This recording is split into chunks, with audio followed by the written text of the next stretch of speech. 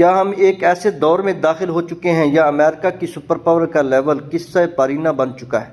افغانستان سے شروع ہونے والا انخلا اب مشرق وسطیٰ میں ایک بڑی پسپائی میں بدل رہا ہے، لیکن یاد رکھیں یہ صرف ایک جنگ بندی نہیں بلکہ عالمی سیکورٹی بلاک کا ٹوٹنا ہے۔ ذرائع بتاتے ہیں کہ جے ڈی وینس اپنے سیاسی کیریئر کو کسی ناکام جنگ کے نظر نہیں کرنا چاہتے تھے۔ چین نے تہران کو اشارہ دیا اور واشنگٹن نے خاموشی سے گھٹنے ٹیک دیے۔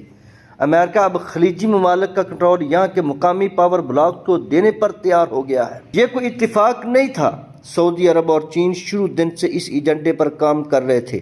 ریاض اب اپنی سیکورٹی کے لیے واشنگٹن کے بجائے بیجنگ کی طرف دیکھ رہا ہے۔ اس پوری گیم میں قطر اور پاکستان کو بیک اپ کے طور پر رکھا گیا، کیونکہ ان دونوں کے امریکہ سے تعلقات اسے محفوظ رستہ دینے میں مددگار تھے۔ لیکن اصل دھماکہ تو ابھی باقی ہے۔ ایران کو اب پابندیوں کا خوف نہیں، بلکہ وہ ابنائے ہرمز سے گزرنے والے جہازوں سے ٹیکس وصول کرے گا۔ لیکن رکیے، اگر ایران مضبوط ہو رہا ہے تو پھر سعودی عرب اور یو اے ای کے لیے اگلا خطرہ کیا ہے؟ اس ساری صورتحال میں گوادر پورٹ دبئی کے لیے کیسے موت کا پروانہ بن سکتی ہے؟ یہ سب جاننے کے لیے دیکھیں ہماری اگلی قسط بنائے ہرمز اور وسائل کی جنگ۔